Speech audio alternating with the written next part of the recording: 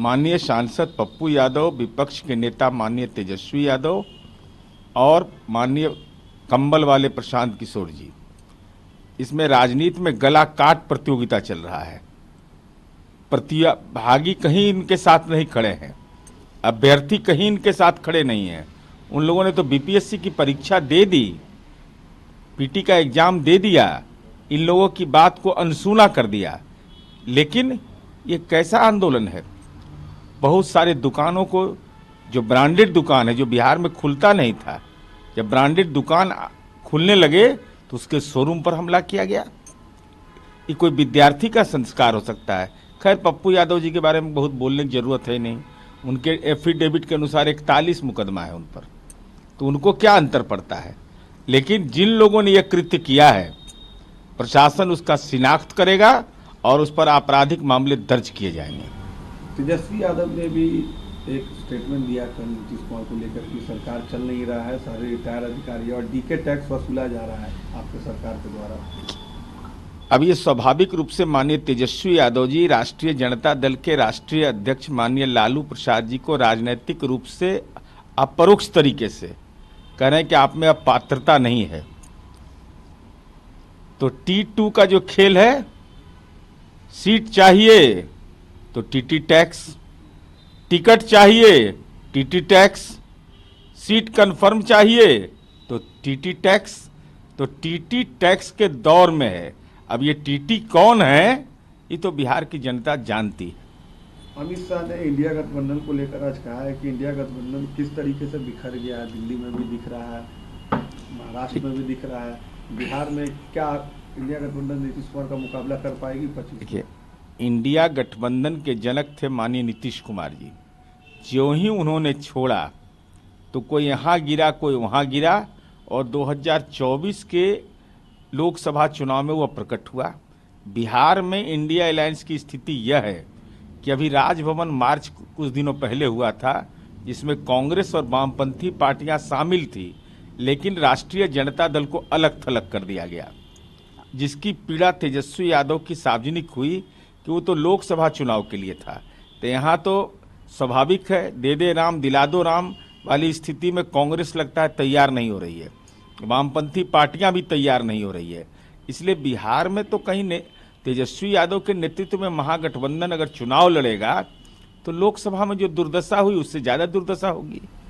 नीतीश कुमार ही चेहरा रहेंगे फिर से। अब उसमें कहीं कोई विवाद है? 2025 फिर से नीतीश, 2025 से 30 नीतीश की राजनीतिक भविष्यवाणी अपने आकलन के आधार पर नेता करते हैं। तो आदरणीय अमित शाह जी देश के गृह मंत्री हैं, भारतीय जनता पार्टी के नेता है, तो मुकाबला आप पार्टी से है। इंडी गठबंधन में बिखराव है तो उम्मीद स्वाभाविक है। उन्होंने ये भी कहा है कि क्या है इंडी गठबंधन का हाल, आप देख सकते हैं सारे दल आज अलग अलग लड़ रहे हैं चुनाव। भाई, इंडी गठबंधन के सृजनकर्ता माननीय नीतीश कुमार जी थे।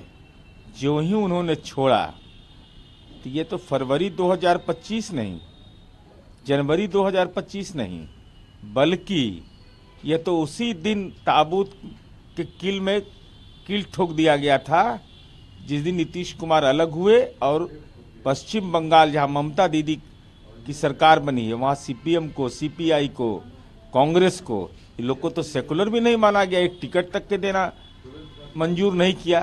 तो ये तो स्वाभाविक है, इंडी गठबंधन की राजनीतिक दुर्दशा स्वाभाविक है। लालू जी ने कहा था कि दरवाजे खुले, लेकिन नीतीश जी ने इधर 2 बार कह दिया कि हमसे गलती हो गई। क्या पूर्ण विराम मान लिया जाए इसे? माननीय नीतीश कुमार जी नैतिक बल के आधार पर अपनी बात को साफगोई से कहते हैं। उन्होंने स्मारित किया कि 2 बार हमसे गलती हुई, उसका एहसास गवर्नेंस के मामले में हुआ। गवर्नेंस में राजनीतिक हस्तक्षेप नीतीश कुमार जी को कतई मंजूर नहीं है। तब लालू जी की बात दरवाजा खोलने की थी और पुत्र तेजस्वी यादव उनके विपरीत अपना मंतव्य दे रहे थे, तो लालू जी की राजनीतिक भूमिका को तो उनके पुत्र ने ही नकार दिया, तो फिर लालू जी के बयान का औचित्य क्या है? तेजस्वी के डीके टैक्स के आरोप पर भी आपके तरफ से एक स्टेटमेंट जारी किया गया है, क्या है वो थोड़ा नीरज जी बताएं। तेजस्वी के डीके टैक्स के आरोप पर आपके तरफ से भी स्टेटमेंट जारी किया गया है, क्या है? बैताल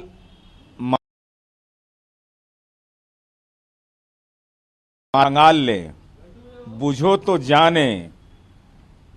डीके मीन्स दबंगई टैक्स, एटी मीन्स अपहरण टैक्स, आरटी मीन्स रंगदारी टैक्स।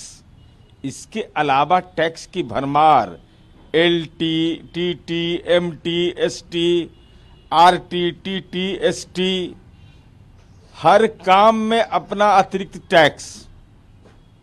अब बिहार की जनता को तो एहसास है कि ये टैक्स पेई कौन होते थे, टैक्स कौन लेता था, इसलिए भाषा नहीं भाव समझने की जरूरत है। कितना बड़ा सनातन का ये मेला है कि 144 वर्षों के बाद पुरातन परंपरा के तहत महाकुंभ का आयोजन किया गया है।